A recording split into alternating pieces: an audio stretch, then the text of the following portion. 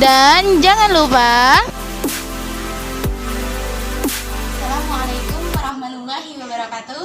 Perkenalkan, nama saya Lia Mareta Putri dari kelas 2 PIA.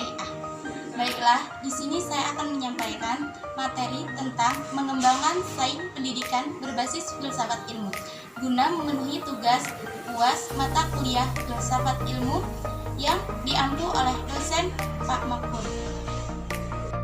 apa itu sains pendidikan? Langsung saja, perkembangan sains pendidikan sangatlah dipengaruhi dan didorongkan oleh pengembangan teknologi dan perkembangan ilmu.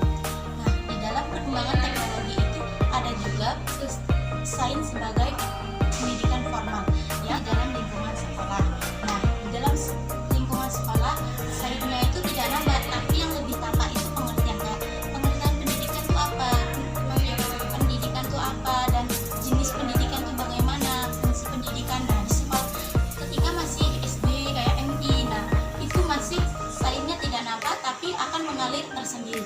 Ketika telah meningkat, maksudnya SMP, MA, nah itu sainsnya sudah tampak, itu sainsnya udah ada gabung-gabungannya. Ketika kita sudah meningkat mahasiswa atau kuliah, nah sainsnya sudah banyak, kayak sains pendidikan berbasis filsafat ilmu, nah sudah digabung-gabung kayak gitu. Ada juga sains sebagai di dalam dunia barat, ada sains di perkembangan kayak perkembangan Islam kayak gitu, sains masuknya Islam ke dunia barat, kayak pokoknya telah ketika mahasiswa tuh kita telah digabung-gabung kayak gitu. Nah, ada juga perkembangan sains di dalam masyarakat. Perkembangan sains di dalam masyarakat ini disampaikan secara turun-temurun, maksudnya tuh turun-temurun, sanadnya tuh sama. Nah, di dalam masyarakat ini kita disampaikan secara turun-temurun, tetapi kita harus bisa berkolaborasi atau bersosialisasi dengan masyarakat tersebut agar kita mengetahui, kita berkolaborasinya dengan pemuda-pemudi yang ada di masyarakat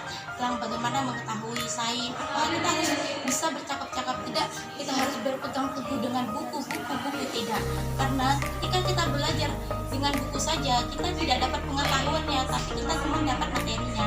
Itulah fungsi sains pendidikan. Bagaimana aplikasi filsafat di dalam masyarakat?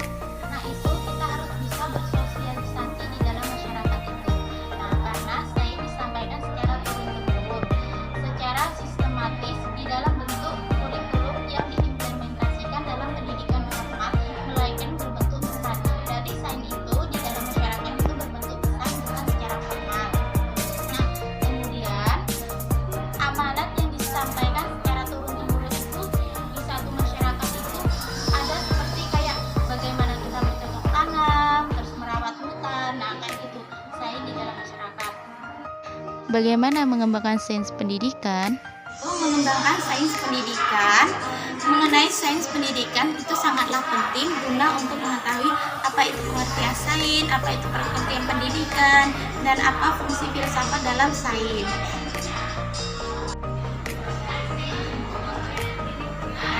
Nah, ketika kita mempelajari beberapa hal yang perlu dilakukan oleh seorang guru guna untuk memahami sains asli. Nah, itu ada 3 ya. Pertama, identifikasi, yang kedua, pengembangan dan kelompok, yang ketiga, penegosiasi. Nah, identifikasi itu baru awal kita mengetahui sains tentang tujuan, terus lingkungan, terus fungsi sains. Nah, yang kedua, pengembangan dan kelompok. Nah, pengembangan dan kelompok itu diterapkan secara berkelompok-kelompok, sepertinya kayak sains kan sains pendidikan, berarti kita tuh diterapkan kayak kerja kelompok, untuk kerja kelompok. Nah, yang ketiga itu penegosiasian.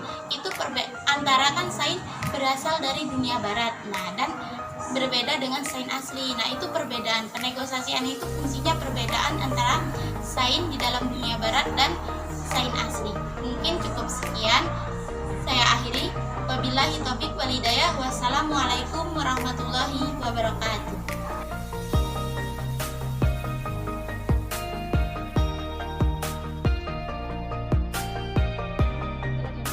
Sampai jumpa lagi teman-teman.